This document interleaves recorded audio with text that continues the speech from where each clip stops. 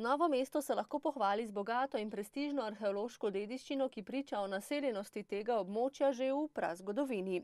Dosedanje delo so v letu Evropske prestolnice kulture nadgradili z monografijo o cevi prazgodovine v Bronu, Situlska umetnost Novega mesta. Kjer je z besedo in sliko pravzaprav prikazano vso bogatstvo situlske umetnosti Novega mesta, ki je bila do sedaj odkrita in se k sreči vsa nahaja tudi v našem muzeju. Avtor besedila monografije je alfa in omega novomeške arheologije Borut Križ, fotografije pa je posnel priznani novomeški fotograf Saša Fujs, ki sicer živi in dela v nemškem Kelnu. Gre za predstavitev situlske, edine prave umetnosti prazgodovinske celinske Evrope. Prikazani so slavnostni sprevodi, lovski prizori, godci na citre in piščali, ples, ribolov z mrežo, oboroženi dvoboji, pomembni pa so tudi sprevodi pešcev, konjenikov, vozov s potniki.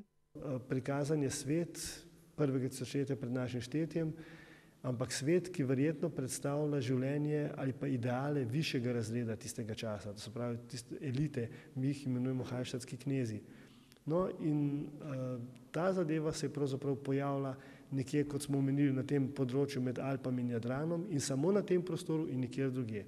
In Novo mesto z kar 9 figuralno okrašenimi situlami predstavlja kraj, kjer je bilo najdenih največ teh spomenikov situlskih in seveda skoraj četrtina vsega, kar jih poznamo na svetu.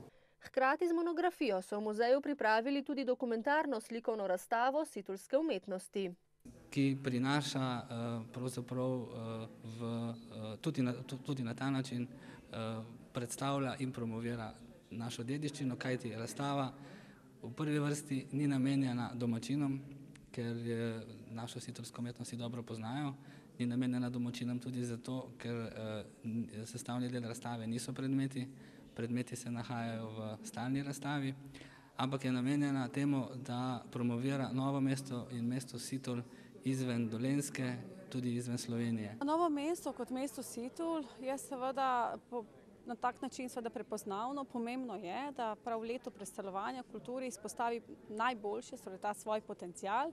Seveda jaz ga vidim, da v tem letu seveda ga izkorišča, seveda želeli bi pa, da bi ostali neki trajnostni učinki, na vse zadnje vrnitev k kulturni dediščini, ki jo skozi to razstavo seveda izpostavljamo. Po 30. septembru, dokler bo postavljena v Novem mestu, bo namreč gostovala v vseh partnerskih mestih EPK-ja, nato bo pot nadaljevala v tujino. Ker sestavni del razstave niso predmeti, je sopotnik razstave postal še 11-minutni film.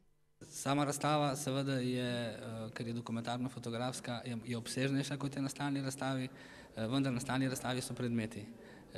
Ta razstava pa te predmete z vso dokumentacijo, predvsem na fotografski način in pa z risbami predstavlja in nekako naj bi privabljala ljudi, da si predmete pridejo ogledati v živo v Dolenjski muzej oziroma da obiščejo Novo mesto.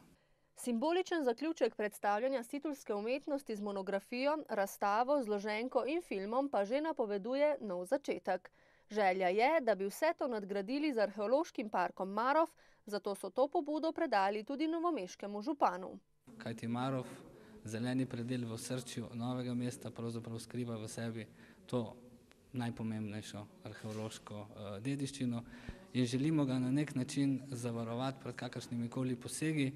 Zdi pa se nam tudi zelo pomembno, da preteklost Novega mesta, ki jo Marof nedvomno skriva, in tudi na Marofu so tudi korenine Novega mesta, ki so vsaj po do sedaj znanih podatkih stare več kot 3000 let, da to ohranimo tudi naslednjim rodovom in da nekaj naredimo tudi pravzaprav za prihodnost. Samo poimenovanje parka ne prinaša dodatnih stroškov, pojasnjuje Picelj, je pa pomembno, da se o sicer večfaznem projektu začne razmišljati in ga potem počasi uresničevati. Območje je sicer v občinskem prostorskem načrtu že predvideno za takšen park, je povedal župan. Sicer pa je projekt pri muzealcih že kar nekaj časa živ. Z Ketejevim drevoredom, z gradiščem na Marofu, z kapiteljsko njivo, z sosednjim grobiščem, arheološkim grobiščem, mestnim njivam, z italijanskim bunkerjem na vrhu, nekateri novomeščani to poznajo kot piramido. Predvideni so še simulacija Gomile, ogled izkopavanj, piko na i pa bi postavil infrastrukturni objekt s prostorom za stalno arheološko razstavo.